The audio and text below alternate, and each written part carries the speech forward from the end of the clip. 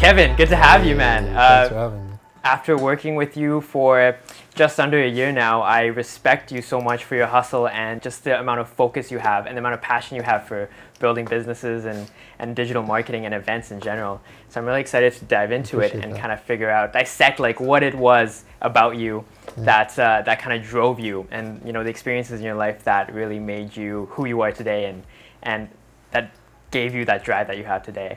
So I'm really excited to get started. But before we start, tell me, if I was in high school with you, sitting beside you in your class, like who were you in high school? Were you like the dad of the group? Were you like the mischievous one? I think I definitely was a little bit more on the crazy side. Okay. Like I did a little bit more wild things, a little bit more experimental, a little bit more out there. I was pretty involved. Like I was involved with like the grad committee. I got pretty good grades, but I partied a lot too. Okay. So I tried to have that balance. The work-life balance. The work-life balance. So like I'd go out and party a lot, but I get pretty good grades as well and put that effort in. Yeah, I always tried to be like very level-headed and very like warm with everybody, whether it was a teacher, whether it was other students. Like that's huge. I mean, that's huge in like rave culture today. It's the biggest reason why a lot of people kind of gravitate towards rave cultures, because it's very inclusive and people love being a part of something like that. Yeah.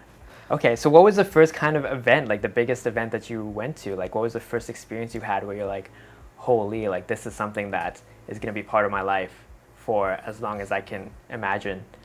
I think it was like a slow progression. Like there are a lot of small moments that sort of led up to it. Yeah. I had a teacher in grade 10 that like it was business development or something like that. And it was just a very general class, but he would like always drop in like really good documentaries and really good whatever. And he actually introduced me to electronic music. And then I started listening to it, and he actually started talking about how he did events and how easy it was and how whatever. Looking back on it, like it maybe planted the seeds, but it never really got into me then. And then we had an older friend that we'd hang out with throughout high school that started putting on his own parties as well.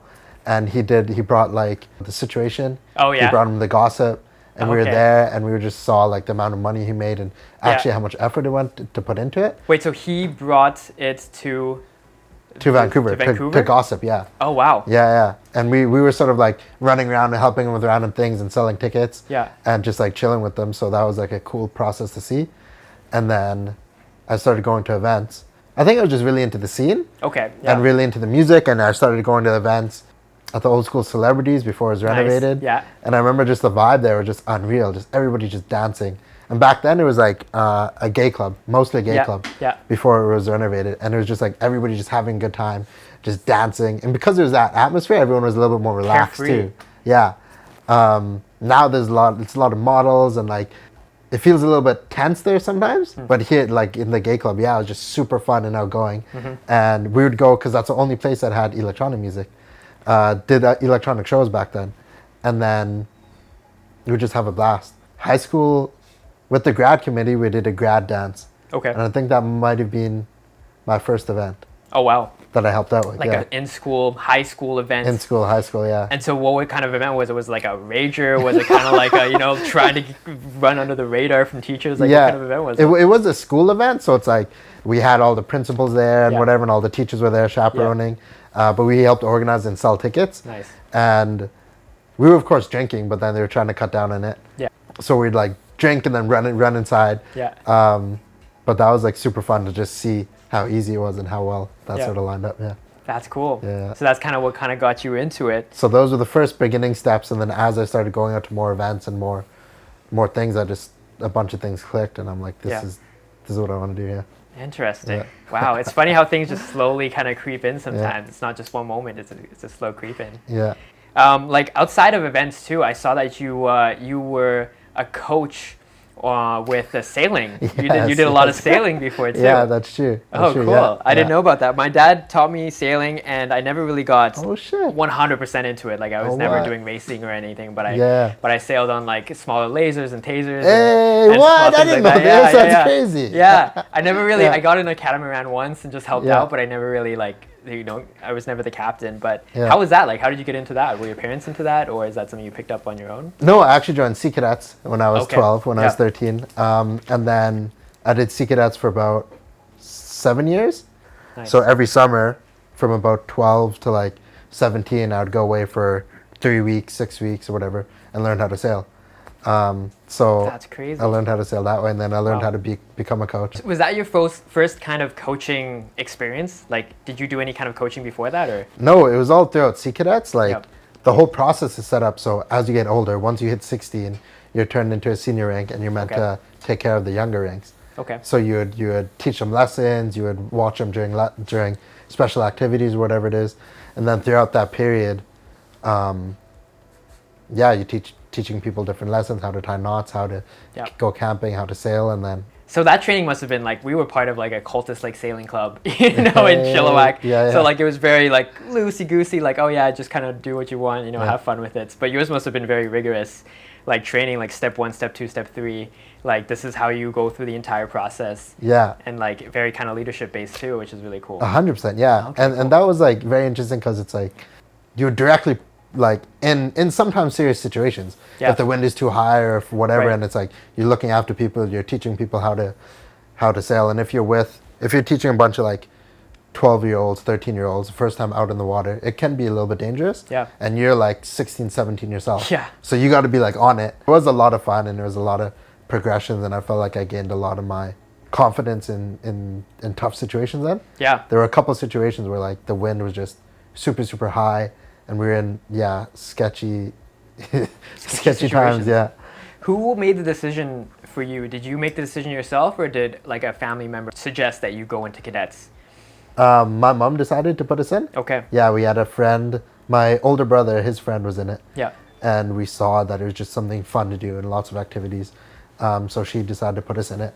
And then I definitely feel like I gained a lot of my initial leadership skills Yeah. there. It's crazy how to think like how such like things that don't really work together or that are not very connecting somehow like connect one time at some point and like really help you kind of grow as a person at the end of the day. 100%, yeah. That's really cool. And so then you went into university and you hold a lot of really kind of high positions in university, and like you were the marketing director for SFU events. Hey. You were the vice chair for the IBA conference in Gala. You were Yeah. director of recruitment for Sky Society. shit. Was that all in SFU too? Like that's crazy. That was SFU, yeah. So you were like a high achiever when you got into university. Yeah.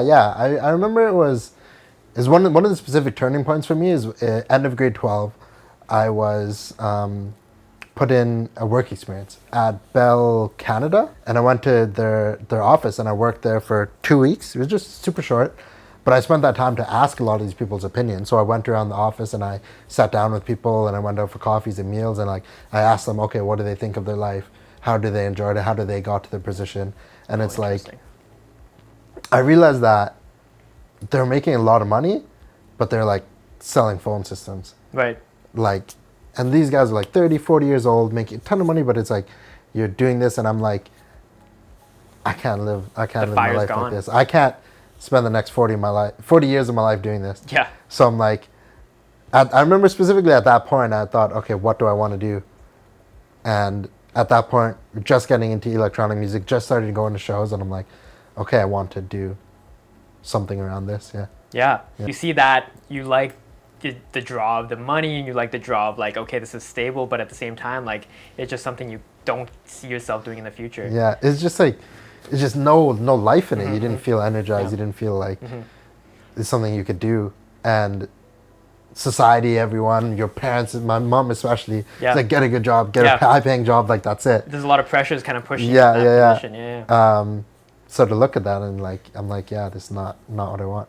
And how long did it take you to kind of talk to people and figure that out at the end? Like, did it take a long time? Was it fairly quick that you were like, no, it's not for me? It took a bit of process, because then Yeah. I was talking to everyone and I was there. I was in the mindset like, okay, make it in business, become a high achiever, whatever. Right, yeah, And yeah. it's like, okay, talk to people, network, Yeah. get some mentors, whatever it is, right? Like that Yeah. that road you're told to go down. Yeah. And I did it. And I looked at these people and I'm like, no, this is not what I want to do. Yeah. I want something more out of life. And then that took me to university, and then Yeah. the opportunities popped up there, Yeah. and all the different groups. I find a lot of people kind of get stressed out because they feel like maybe they're spending too much time trying to figure out if this is the right thing or not. But I feel like sometimes that's the most important thing you can do is figure out if that's the right thing or not. Yeah. Because if it's not the right thing, it's better to do, the right thing wrong than to do the wrong thing really well. You know what I mean? So it's very important that you spend that time. So that's really interesting, kind of having a very strong focus on, is this the right thing that I want to do? I think that's the biggest thing, is like being young, you have no idea what you want to do. Yet you're told you got to choose what you want to do in university. You got to choose your degree. You got to choose your career. Yeah. And you're 18, yet you haven't had the life experiences to really make know. that decision. Yeah. So it's like you have to do this, or else you'll get stuck. You'll see, you have to try all these different things and see which things really you enjoy. Yeah. I've seen, honestly, it's a little bit messed up, but going into university, countless times, like I would be studying, and then there'd be two friends on the corner, or like on the different table, and one of them's crying, and they're like, I'm halfway through my degree, I need to switch this, or I hate this. And it's like they're studying science and they want to go into business, go into art or business, or and it's like they just wasted $30,000 in 2 years of their life. And it's like, I don't want to be negative, but it's like, I feel like it's like 60-70% of people in university. Yeah. They're just halfway through, and then they need to change, or they don't like it, or they're doing it just because their parents told them to, and then that just sends them down a path that's just like not what they want to do. A lot of it, I feel, is like you're always told a certain way to think, a certain way to live your life. Go to school, get your degree, from society, from movies, from TV, from whatever it is, from your parents. Everyone always tells you these certain things, but then you have to make a decision sometime along that path if you're going to listen to what other people tell you, or if you're going to do what you want to do. Yeah. And really what you want to do, not what you think you want to do, but really something that makes you wake up in the morning, that makes you work until 3 a.m. in the morning, finding out what that is and going for that. Yeah. Yeah. That's really important. I feel like a lot of people just kind of listen to the people around them. 100%. And I mean, there's a certain point where you can't really help it, but that goes back to the fact where you really want to surround yourself with really good people. So I also saw that there was a news organization that you founded too, right? Like, I was just curious, what kind of motivated you to start that? Was it because you saw it as a really good marketing opportunity? Was it because there's a message that you wanted to send out? Like, what was kind of the driving factor behind that? Yeah, it was a combination of both of those things. Yeah. I feel like at that point, I realized, like, back then, like, Facebook isn't as popping as it is today. Like, if you, like, Instagram is not as popping. Like, back then it was just sort of starting. Yeah. And it's like, if you went to SFU, I remember going in and thinking, oh my God, it's university, a big university. There's going to be so much things happening, like so much activities, whatever. And it's like, I got there, and one, those things weren't happening. There were a few things happening, but just the quality was not that good. Right. And two, it's like, there's no way to find out about it. Right. So I'm like, in my head, I was just taking hold of the opportunity, and I'm like, okay, make it cool, make it relatable, make it a sense of information where if you're coming into university, there's a one-stop shop for all the events. Right. And all the cool things happening on campus. Yeah. And if we build ourselves up as that cool news source, then we can do whatever we want with it. Yeah. So that was the initial idea behind that. Not So that long social ago. media was popping, but specifically for SFU, it's like there wasn't that information source. There are not even any forums, whatever. Right. The only way to really do it is in real life. You walk around, talk to people when they have clubs days, when they have different newsletters going out. Then you find out about the little pockets of culture. And what I really want to do is bring all of those different aspects of culture online together, and then make something big that people can have fun with. And so, what was your first experience with social media marketing? Like, was it that? Was it that? Yes. It was another organization I actually founded before then, called Brooked Events. Okay. And that was sort of the main thing. Is as I was going to university, I knew I wanted to do electronic music. Right. I wanted to do something in the entertainment industry. Right. I wanted to put on parties. So then I saw this huge opportunity at SFU. Like I said, there's not a lot of people doing it, and the people that were doing it were doing it terribly. So I'm like, okay, I'm going to build myself up, and I'm going to take advantage of this huge market gap and really build something cool. And it's like, that was my first, inklings into marketing. is figure out how to do that and take advantage of everybody on Facebook. And the fact that SFU specifically, there's not a lot of good content coming out from there. So I'm like, okay, if we could be the first ones, we could throw some crazy parties, bring the community together, actually have a lot of fun, and create that university experience. And in the way, I would learn a whole bunch of things. Yeah. And the first situation with marketing is when back then somebody actually sent me an article like a few weeks ago. One of the friends I worked with, he's like, back then all you had to do was send a Facebook invite. Right, yeah. And that's it. Your event would be popping. Yeah. Like Facebook, create that invite, send it out, like that's it. Yeah. Now it's like you don't even accept invites, you don't even look at it. Yeah.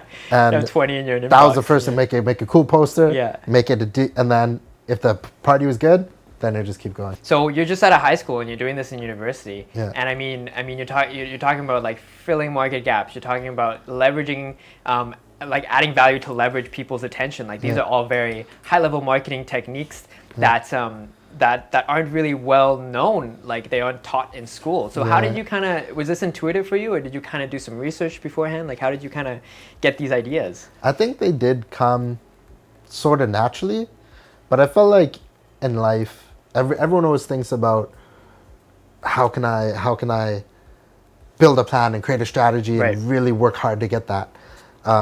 The way I viewed it was like, or the way it happened to me was, I really found something I loved, and then I wanted to make that happen. And then figuring out, and then I gained all these skills from wanting to make this happen. Right. So it's not thinking, there's not pressure, oh, I got to learn all this business tactics, I got to do this or that. It's really loving something and then using that to pull you towards whatever you want to do.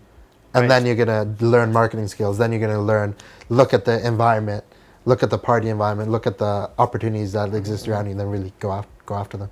Yeah. Yeah, and for me, that's what sort of, to make this stuff happen for real, this is what I had to figure out. And yeah.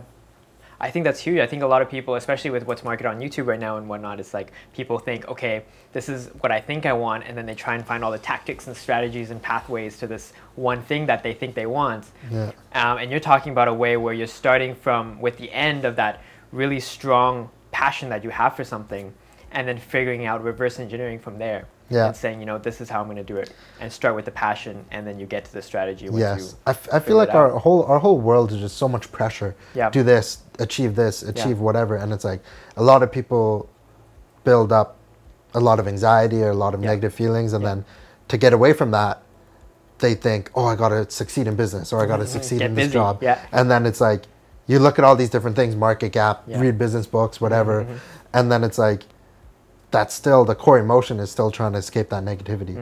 If you come at it from the other perspective of like slowing down, really finding out what you love, and then once you find out, somebody said this best to me, is like when you find something that you love, you're pulled towards it. Yeah. You don't feel that you have to do it, you do it naturally. Yeah. And then you're up until 3 a.m. making posters, and you feel fine, you love it. You're a little bit tired, but like you could do it every day. You're not counting your hours at that point. Yeah. It's you love it, and you figure out whatever needs to get done. Yeah. And then those specific skills you'll need will come to you in that moment. You worked with Shambhala a lot, right? Yes. Shambhala was cool. So how many raves have you been to before you kind of started volunteering or working with Shambhala? Yeah. I've been to a decent amount of music festivals. Maybe, I don't know, 10 or whatever before that point. Yeah. And I always heard about it, and I always heard, and I went to a lot of events and a lot of concerts in Vancouver and in the States. And I always heard about Shambhala, and everybody I would talk to, they'd always like stop and then just have a very different response than everything else. And it always like shocked me a little bit. What do you mean by that, like a different response? The only way I could explain is somebody had a Shambhala shirt on in the Skytrain. And I saw that, I'm like, oh, I just want to say what's up. I'm like, oh yeah, cool shirt. It's like, thanks, man. And then he's like, have you, and he asked, he's like, what year did you go? And I'm like, I've never actually been. And he just looked at me and he's just like, you have to do it. And he stopped. Yeah. And we were on random strangers on the Skytrain. Right, yeah. And then I'm like, tell me about it. And he's like, it's unbelievable. Yeah. And he looked me right in the eye and he's like, it's unbelievable. And we chatted about it for a couple of minutes, just what makes it so special. And then at the end, he shakes my hand, he looks me right in the eye, he's like, I'll see you at home. Wow. And then he walked away and I'm like, holy fuck. Yeah. And then that's just like a little breadcrumb. And then when you go there, you understand how special this place is. So I went there after that and Yeah. everybody else. I went there. I had to experience it. It was exactly as unbelievable. It was as inclusive. I've never felt more safe Yeah. ever in my life. If I decide to just lay on the grass for a minute, in 2 minutes people will come up and be like, yeah, hey, how you doing? Like, do you need water? Do you need food? Like, Yeah. whatever. So I went the first year, and then I saw this opportunity come up. I saw that they were hiring a social media person, and I thought I'll just take the shot and shoot for it. 3 months later, they emailed me back. They said, hey, let's do an interview. 3 months. 3 months Oh, later. that must have been brutal. I think it was like brutal two or 3 months. Yeah. We did the first interview like a month later. They're just like, okay, yeah, we want you to come on board. Yeah. So that leads us up to 2019 summer. Yeah. For 3 months, I was in Nelson doing the social media and digital marketing. How was that? Were you on the grounds when, they were setting up and everything? Were you kind of doing the behind the scenes on the social media and everything? Okay. Yeah. Okay. So my job specifically was handling all the social media. Yeah. Facebook, Instagram, Snapchat, Vimeo, YouTube, whatever it is. We had a huge plan leading up to it. All the marketing every day, posts went out. A few posts went out, and then as the festival went on, telling people when gates are open, telling people to schedule whatever the artists that are coming on, and that was honestly one of the best jobs I've ever had in my life. Yeah, it was crazy. It didn't even feel like a job, to be honest. I'm just waking up and then I just myself.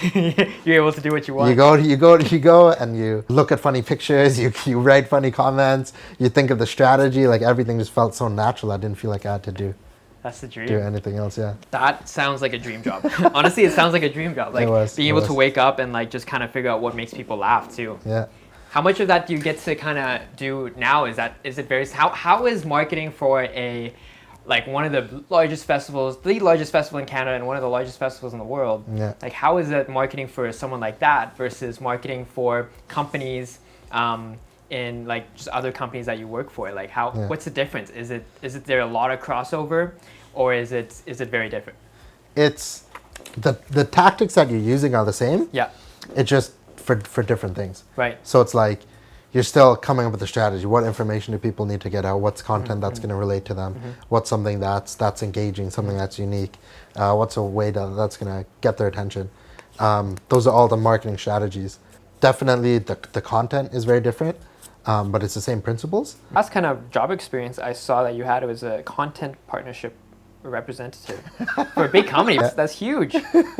What did that look like? Yeah, so that was my first and only corporate job that I've had, 9 to 5.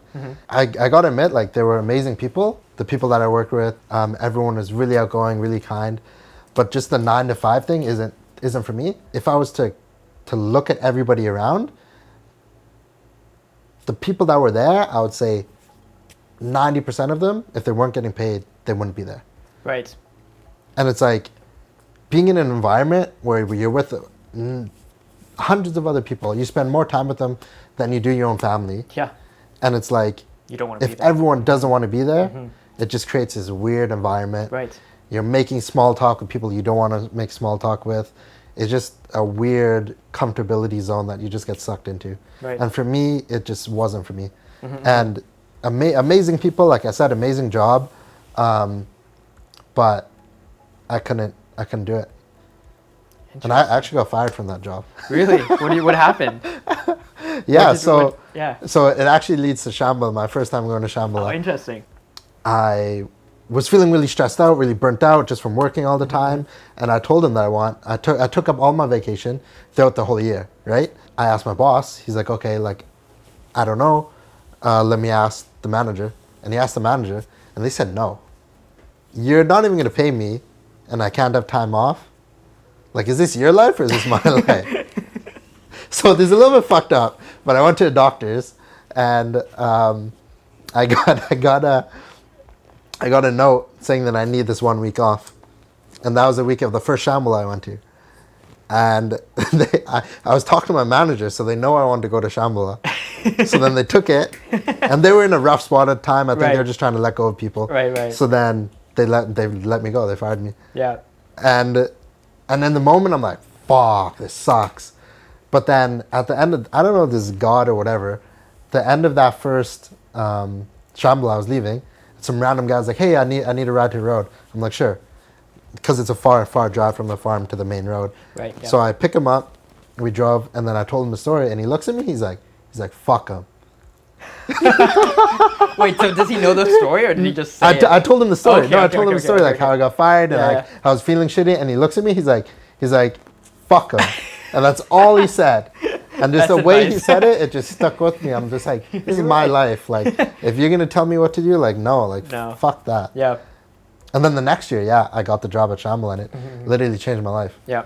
I mean, I find a lot of entrepreneurs have that kind of mentality where it's like, you know, who are you to tell me what to do? Like, I live my life, you live your life. Like, we should be able to decide what we do with our lives. We should have that freedom to do it. 100%. Because if you don't have that, like, you're living your life in a cage. Yes. It's like, you know? I can go on a whole rant, but it's our work culture here it's fucked up. You look at Korea, Japan's work culture, China's work culture, it's like, we're like lazy. Yeah. We're lazy couch potatoes. Yeah. But still, even now, it's like it's 9 to 5. You're forced to be there. You're with a weird environment of people, and it's like, it's fucked. It's fucked. And you're making. They're literally paying you the least amount they can, without you quitting. And then if you earn more, if you double your sales or whatever, you get a little bit more, but it's not incrementally based off the amount you bring in. Yes. If you're your own business, your wages are directly proportionate to what you bring in. Yeah. So if you bring in something, you're not going to get 10%. You're going to get all that 100%. So many people are trapped in this box where they don't know that. And then when they do, it's like, holy shit. And for me personally, I had like a couple months, 3-4 months. These previous, I earned more than I did in a year. And I'm like, nobody knows that. And even people do, it's like, you just got to take the first step. Once you take the first step and you realize it, you're like, holy shit, this whole world opens up to you. And that's why I really love doing events, because it's like, if you put in a lot of work, the marketing was good, the posters, the design, the people, like a lot of promoters, and you have a lot of people come in, you make that much money. If you're lazy and you don't do as much marketing, whatever, less people are going to come in. And then you make less money directly. It's directly correlated. And then once you do that a few times, you realize like that's life. Like, I find that like if you start understanding the amount of control you have over how much money you make, you can start having control over your health, and you can start understanding that you have control over a lot of other aspects in your life. Your attention, your focus, you know, even your happiness, even your emotions to a certain extent. You have a little bit more control over that. And you start controlling the things you can, and you start forgetting or stop worrying about the things that you can't control. And I think that's a really big mindset. It's huge, and it's our whole culture is sort of being told what to do and accepting that, but not really doing things on your own. But once you do that, and once you learn these things, it's life changing. You realize really how much power you have. Yeah, exactly. And these people hold a paycheck over you, and then they're going to tell you how many days you can work and how many days you have to be in there. Like, that sounds like slavery. I want to kind of rewind just a tad bit and talk about, since we're on the subject of events, kind of talk about the first event that you had, like you were in control of, and the first event that you were leading. Like, how did that go? Was it to your expectations, below, above? Like, what did you learn from that experience? How was your first event? It was fucking crazy. It was nuts. Like, I did the high school dance, and then in first year, I was involved with a cohort. So they had like 2 representatives from each faculty, and then this committee organized an event of just some kind. And I thought, hey, this party, we have to do a party. As a committee, we decided to do a day event and a night event. Day event was icebreakers, photos, just different things. And then we did a night event. And because of all these little tidbits that I had before, of friends doing it, my teacher talking about, and seeing it, I'm like, okay, let's do a party.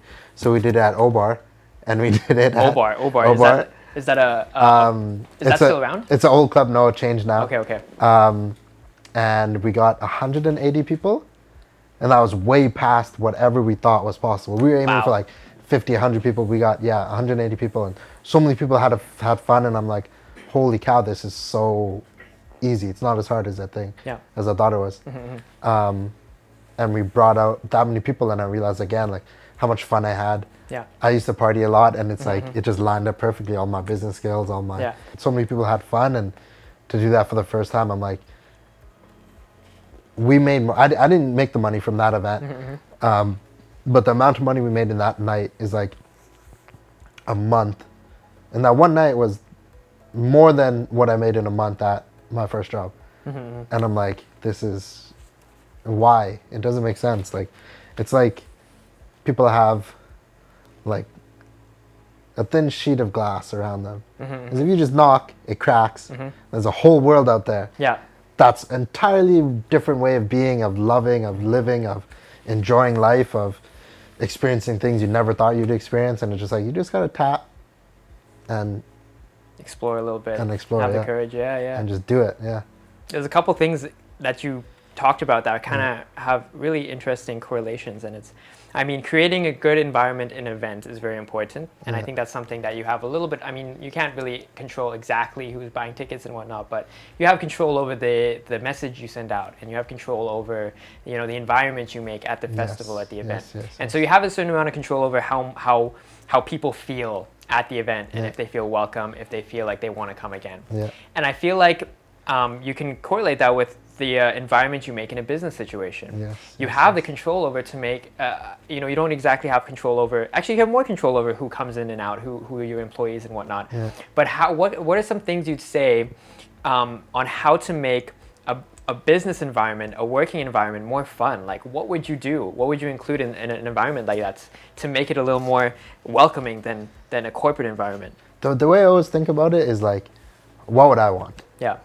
And if you want a standing desk, if you want a bed people can go take naps on, if you want video games in the corner, whatever it is, if you want an elliptical, it's like, you look at things that, for me, I always look at what I want. And it's like, who am I?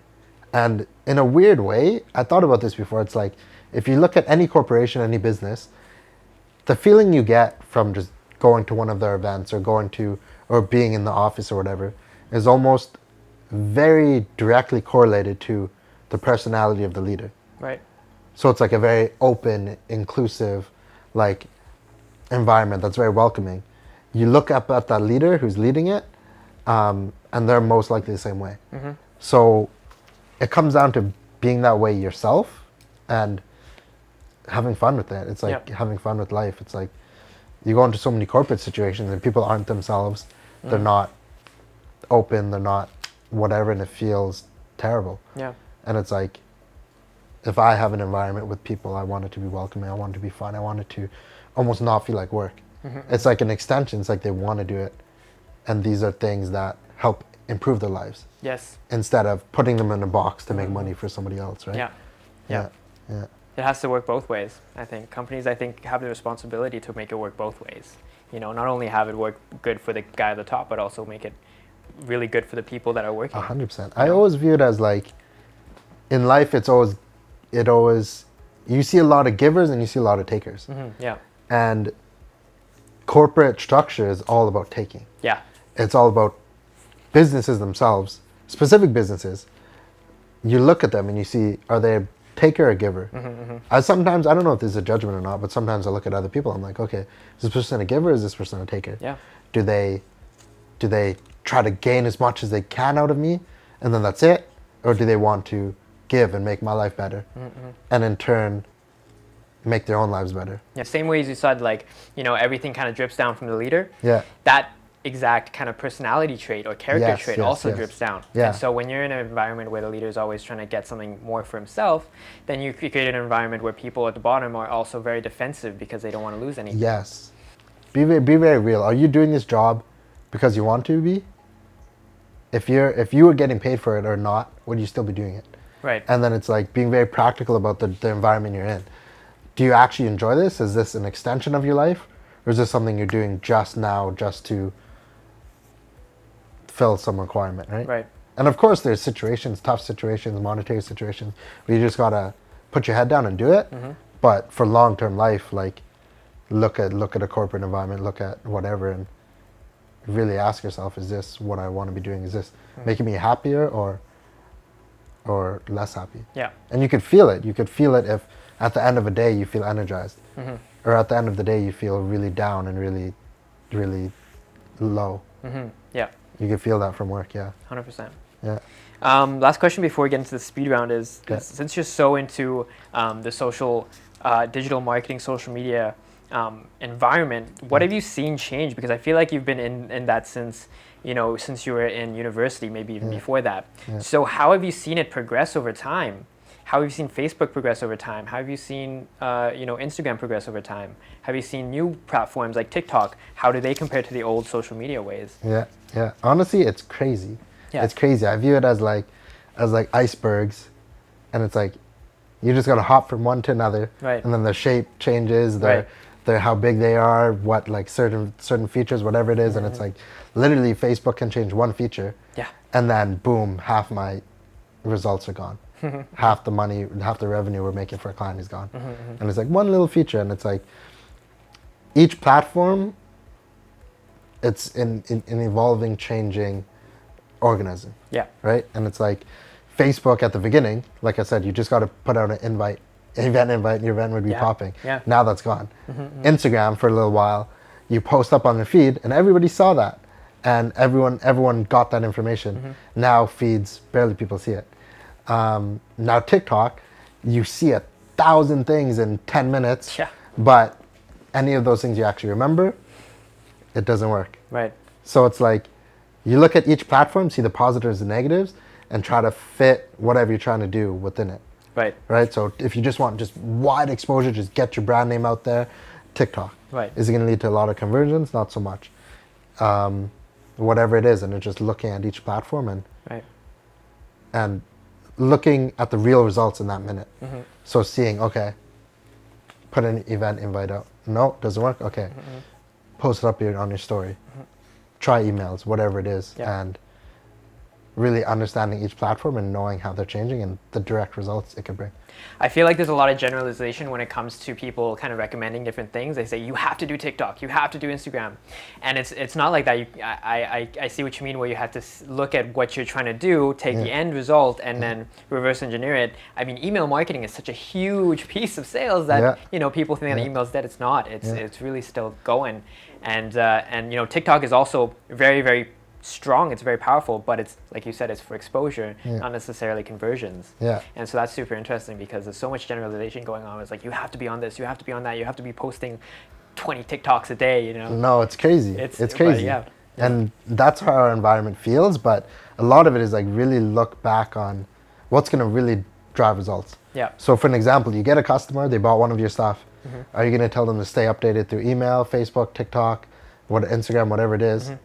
Or the number one thing, call them. Right.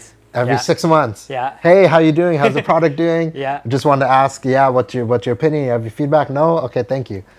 If you do that, I guarantee that'll work 10 times better than Facebook, Instagram, TikTok, whatever it is. Yeah. The real social, yeah. Scalability, if you're looking to scale, then yes, those platforms has their benefits. But if you're looking to really grow and to create a real connection, text these people. Right after they buy something, text them, whatever it is, right? Get them to sign up and just create a real relationship. And I always look back on like, how would I want someone to talk to me? How would I want someone to interact with me after I buy the product or work with whatever, go to their event? Okay, let's get into the speed round here. Okay, let's go. So we're gonna do top three. So top three, X, Y, Z, and then try and kind of say out the top three things that come to your mind, right? Okay. Top three movies that you would want to live in real life. Oh shit. The Matrix. What are some music festival movies? Fire Festival? Probably not. Okay, so Matrix. So you want to realize that there's more out there. After you realize there's another world, then you become Neo. Alice in Wonderland. And then you can fuck everything up. Yeah. Alice in Wonderland. Yeah. That would be cool. Yeah. Cool. Okay. Let's go with top three events that you would want to rewind to revisit. Oh shit. EDC Las Vegas 2012. That was one of the craziest experiences of my life. Wow. Right when the electronic was popping off. Yeah. The excitement, I've never felt that excitement in my life. Who was there? Who was playing? I just remember everybody, literally everybody. And I just remember being in Afrojack's set, and he just had his starting intro, and I looked around and people were screaming. Yeah. And I looked around and I was completely sober. Yeah. And I looked around like, this is fucking nuts. Yeah. And that was the craziest excitement. EDC Las Vegas, Shambhala for sure. Right. Another one, let's say Ultra Korea. Okay. It Nice. was Ultra an Korea. amazing vibe. Wow. Amazing vibe. Yeah. Any kind of event in Korea, or it would be super interesting. Yeah. And because there's no drugs, everyone's just drinking. Oh, interesting. So there's nobody rolling around the ground like rubbing their face. Like everyone's just drunk, having a good time. And is it the same kind of vibe here? Like, is it still as welcoming and open, or is it a little more, everyone's kind of having a good time on their own? It's different. It definitely is welcome. People are a lot more open, a lot more friendly. Their culture is very courteous. So here you're gonna have people bumping into you, whatever. Over there, it's like none of that. Right. Everyone's very, very happy, very positive. Cool. Yeah. Interesting. Yeah. And then Shambhala, would you prefer to be like an attendee or a volunteer or digital marketer? Like, which role do you think you had the best time with? That's hard. Definitely working digital marketing. Yeah, because you're actually like on the ground. Because you're actually doing something, and it's like, I remember at the end of the 3-day festival, I was standing and I was looking out at everybody, and I'm like, I contributed to maybe a very small amount, but some people are here because of me. Yes. Yeah. Some people are enjoying their time because of me. Yeah. And that's one of the most rewarding feelings I've cool. ever felt Yeah. in my life. Yeah. Top 3 types of music you produce if you were a producer. Soca music. Soca music. Soca. Soca. Yeah. Oh, cool. K-pop Nice. and house music. Okay, let's go. Yeah. That'd be very popular in Vancouver.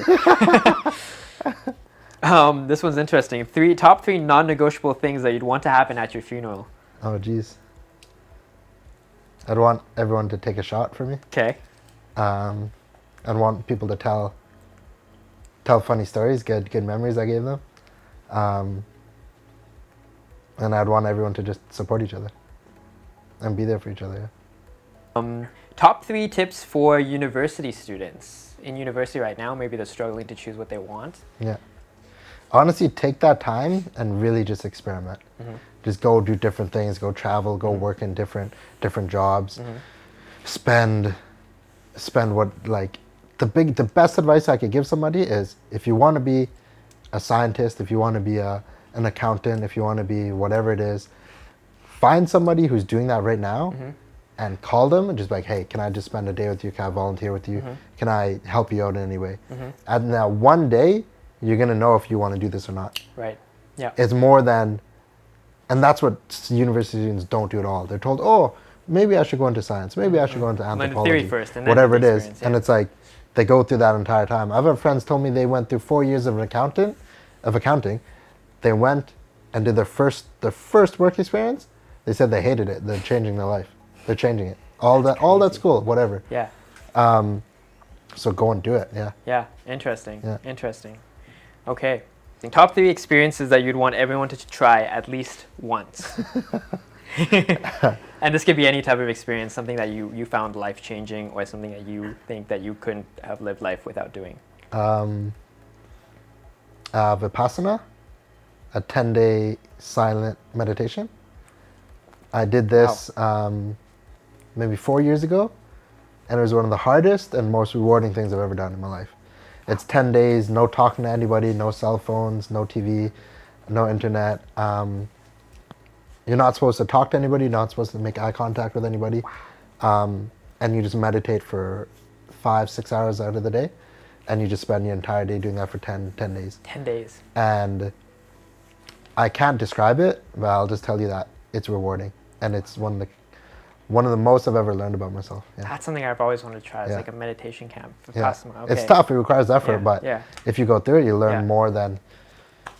Yeah. And where was it? Yeah. Was it in Canada, or was it? Yeah. There's different locations.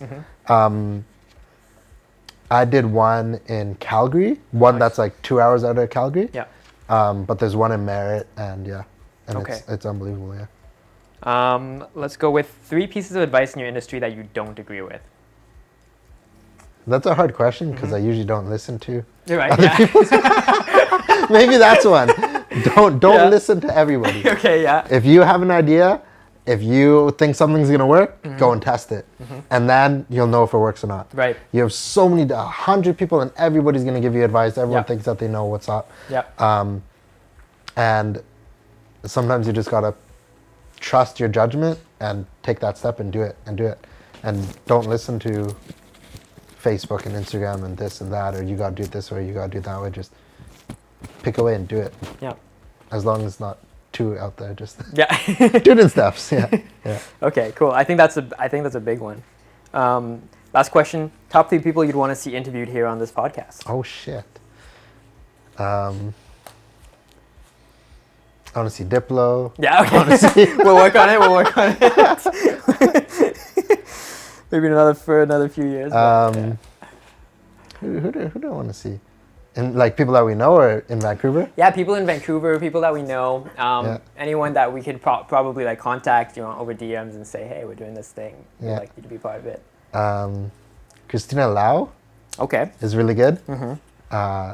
She has a huge wealth of experience and just amazing supportive person. And has that CHRISTINA? Christina with a K. K, yeah.